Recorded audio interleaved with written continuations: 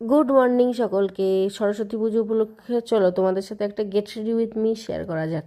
প্রথমেই সবাইকে বলছি ভুল ত্রুটি হলে ক্ষমা করে দিও, কারণ এটা আমার প্রথম গেট রেডি উইথ মি।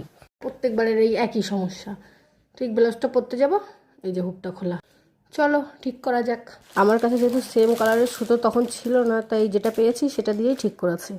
আর এই ব্লাউজটা আমার সাথে শাশুড়ি আমাকে দিয়েছিল। জানো, ব্লাউজটা যখন মেয়ে পেটে থাকতে পরতাম তখন একদম গায়ে ঠিক হতো। আজ অনেক দিন পরে পরলাম, দেখছি অনেকটাই ঢিলঢিলা হয়ে গেছে। এই কথা বলতে বলতে আমার মেয়েও উঠে গেছে ঘুম থেকে। আর দেখো ও আমার শাড়িটা কিভাবে টানছে, হয়তো মনে মনে ভাবছে যে ওর মা ওকে রেখেই একা একা ঘুরতে চলে যাবে। না সোনা, না, তুমি চিন্তা করো না, তোমার মা একা একা ঘুরতে যাবে না, তোমার মা তোমাকে নিয়েই যাবে। মেয়েকে খাইয়ে একটু শান্ত করেছি, এখন চলো বাকি সাজগোজটুকু করা যাক। এখানে আমি একটা ব্রেসলেট পলা পরছি। এটা আমার খুব পছন্দের একটা পলা, আমি মোটামুটি সব অকেশনেই পরি। আর মুখে আমি দিয়ে নিচ্ছি নিভিয়ার ক্রিম, কারণ এর থেকে ভালো অপশন আমার কাছে আর নেই এই শীতকালে। মুখে একটু ফাউন্ডেশন দিলে মন্দ হতো না, কিন্তু থাক, দরকার নেই, এরকম হালকাই ভালো লাগছে। কি বলো তোমরা? দেখো, বাঙালির বউ বলে কথা, কপালে তো একটা টিপ দিতেই হয়, না হলে কি আর ভালো লাগে?